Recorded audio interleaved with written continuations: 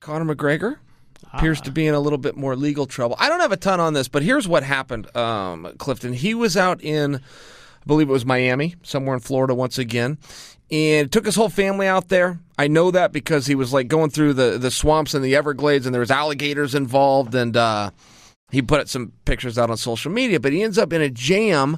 He took somebody's cell phone. I don't know why yet. I could guess, and I bet you I get 90% there. But he took somebody's cell phone, and not only did he take the cell phone, he smashed the cell phone, and then I believe he even stomped on the cell phone. So in other words, he destroyed somebody's property, exceeding $500 in value, and they come and they cuff him up. I mean, is this as simple as, yeah, you annoyed me, you put something on that cell phone, you recorded me at a time I didn't want you, whatever it was that they did, I destroyed your property, I owe you a new cell phone. Isn't that how this gets handled? Yeah, and I think that at least what I read is he broke it on the ground, stomped on it, but then he took the cell phone with him too.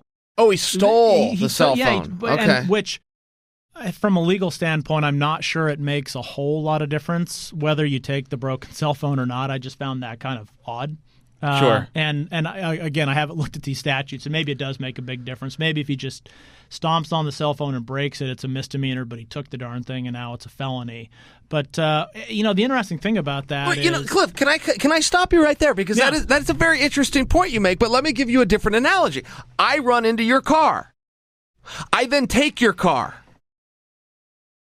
The first was an accident, or it even could be. I mean, I gotta make it right with your car. I got to pay you for that. I can't do that. But if I take the car, it certainly does change things. Well, I think even a better analogy here is if you run into my car and it's your fault, and you get out and we exchange information, we talk, and I get your driver's license and your insurance, that's an accident. You run into my car, you drive off, all of a sudden that's hit and run, which is a crime. So in this instance, taking his cell phone and destroying it is a crime. I just don't know if then picking up the broken pieces of the cell phone makes it a worse crime. And if we were to get into Conor's mind, I'm guessing here, but I bet you I'm right. The guy either videoed something or snapped the guy must have done something with the phone where then Conor wanted the phone destroyed and subsequently the video. Could be wrong. But that would also then lead to at least explain why, okay, I broke it, I smashed it, I stomped it. I'm not sure. Maybe you can repair. I'm going to go ahead and take this thing with me. I think that's probably right. Okay. I'm guessing. And, he's not the first person that's gotten in trouble doing this. Not at all. I mean, I can think of at least half a dozen other instances where this exact same situation has happened. Yeah. And I think in all of them, usually the person who stomped the phone buys the person a new phone, pays a fine, and pleads to some not even a misdemeanor, just a fine. Or they really want attention, right? And then all of a sudden they've got PTSD from the incident and the distress and the animus and the anxiety of being without that cell phone for 3 hours. I know how silly that sounds, but I mean that's a real thing. Juicy Smollett, when they asked him to give the cell phone so they could triangulate where he was to get the footage video, said that the anxiety it would cost me to be without my phone for those 2 hours, I can't relinquish it to you. That was kind of where the Chicago PDs, that's one of the first clues. When a light went on, they went, wait a minute. What? What's happening now? We can't borrow your cell phone for 2 hours. What? Well, I have a 14-year-old daughter, and and some of her friends, I think it would cause them a lot of anxiety to be without their cell phone for 2 hours. But an adult human being should be able to go 2 hours. But from a legal standpoint, I'm just saying, can that hold up? I don't know what they're going to try to do to Conor on this, but they did go and arrest him like he was at this house, and they showed like establishing shots of the mansion where Conor was arrested. That's how well Conor's name draws right now. You can just take a shot of the mansion that he's allegedly vacationing in and get clicks, but so be it. Point is, isn't that overkill? I mean, don't you pick up a phone and go, hey, you destroyed this guy's cell phone? Well, I think that... It's going to run you about $900. Yeah, I think probably had Conor McGregor... have you seen the Godfather? Yeah. You remember the very first scene of the movie where there's photographers outside taking pictures, and I think Sonny walks out there, smashes the camera, and then just peels off, $4 or $500 bills and drops them and walks off.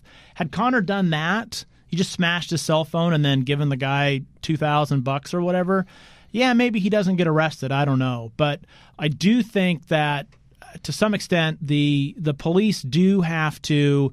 You can't just let people go running around taking cell phones out of people's hands, stomping them, and not have repercussions. For sure. And I think the real issue here is this is not Conor's first brush with the law, and any time that it's your second or third brush with the law, it just gets taken a lot more seriously than. I mean, if this was the first time that he had done something like this, it's probably not. It might not be treated the same. That's right. And in the court of public opinion, which is where this will also be tried, this was the first time. And he goes, "Hey, look, I was with my family and I was trying to get some alone time, and you're snapping, and I cracked, and here's your new cell phone." He'd probably get away with that. A little bit of the irony of this, he just completed, as in last week, as in I think this is why he was in America in the first place. He just completed his community service yes. from the Brooklyn incident. Which was a cool thing. It's like, all right, Conor didn't blow that off. He jumped right on top of it. He fulfilled his obligations. Oh, no, Conor's name's back out there. He took some guy's cell phone. I didn't know he then picked up the phone and walked home with it. I think he did. There really must have been something on that phone where he's like, private time, and I'm taking this thing with me. Well, and I don't know how Conor is, and I don't think he's like this just because I've seen pictures of his kid. But, some people get really protective of their children and don't want them ever to be photographed. Yep. And so I think, sometimes if you're walking out with your family and people are snapping pictures of you with your kids, people get really upset about that. So, but I don't know, but I've seen Conor's kid on social media, so I don't think that that's the issue. But and if we were to work this story out again, let's say Conor takes a phone for whatever reason, he smashes said phone, he picks up the phone, he walks off, and then he makes a phone call and calls the police department, says, "This just happened. I felt violated. I am in possession of the phone that I feel violated me. What would you guys like me to do with it? And by the way, I've already broken it." When did they look at that a little bit better? When did that take the hit and run that you alluded to? That takes the hit and run away from it if you're the one that makes the call. Correct? Yeah, I think that's right. And to go even further, I think if he just grabs the phone out of the guy's hand and then immediately picks up his cell phone, calls 911 and says, "Hey, cops, get down here. I've been violated. I've took the guy's phone. We're going to delete this video," and then he can have it back. Then, yeah, I think it's probably a much different.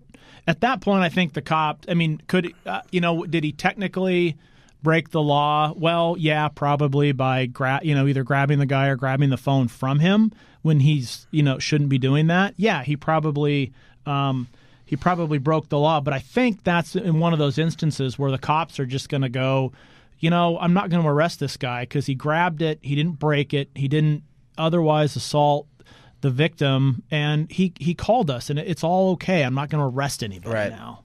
No, it does seem to be how you handle those things. I just try to think of it, and I'm going way too deep on this. This is also likely a misdemeanor, and he writes a check for roughly $900 to replace his cell phone. However, if you want to live in the world of crazy and speculate on this, Clifton, for Conor to come out and say, "I thought it was a weapon," as silly as that may sound to you, there are documented cases. There was one as recently as last week where 2 officers shot an unarmed man because they saw his cell phone and believed it to be a weapon.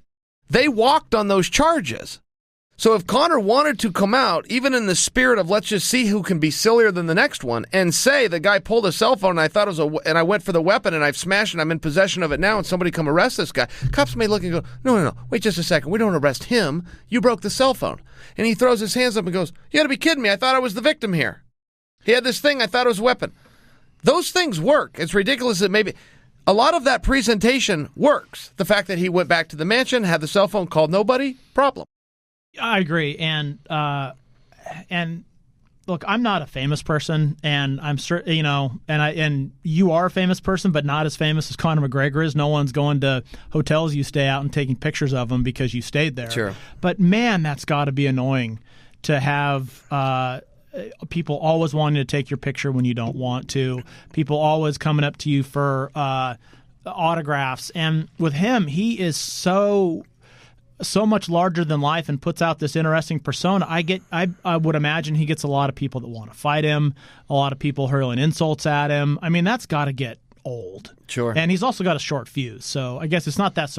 Does that condone all of this? No. But if I'm walking out of a club at 3 a.m. and people are taking my picture, it's not going to make me very happy either. Yeah, that's right. And you're never getting anybody to shed a tear for a guy who made it to riches and fame. You're just not going to get him to shed a tear. There is something to what you're saying, though, about time and place.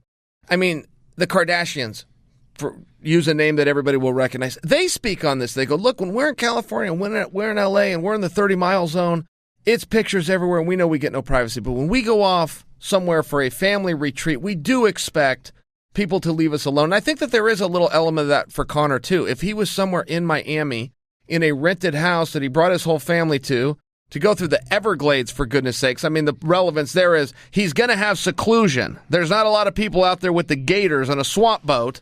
Yeah, I think he did, at least in my eyes, have a reasonable expectation of some privacy, and somebody perhaps overstepped that. Yeah, and I don't know, and maybe, and I don't know about this. I think this is a famous nightclub that he was coming out of, and I would imagine that there's generally paparazzi waiting outside that nightclub, or there could be. So I think that adds some color to it, too. I mean, something weird must have happened here.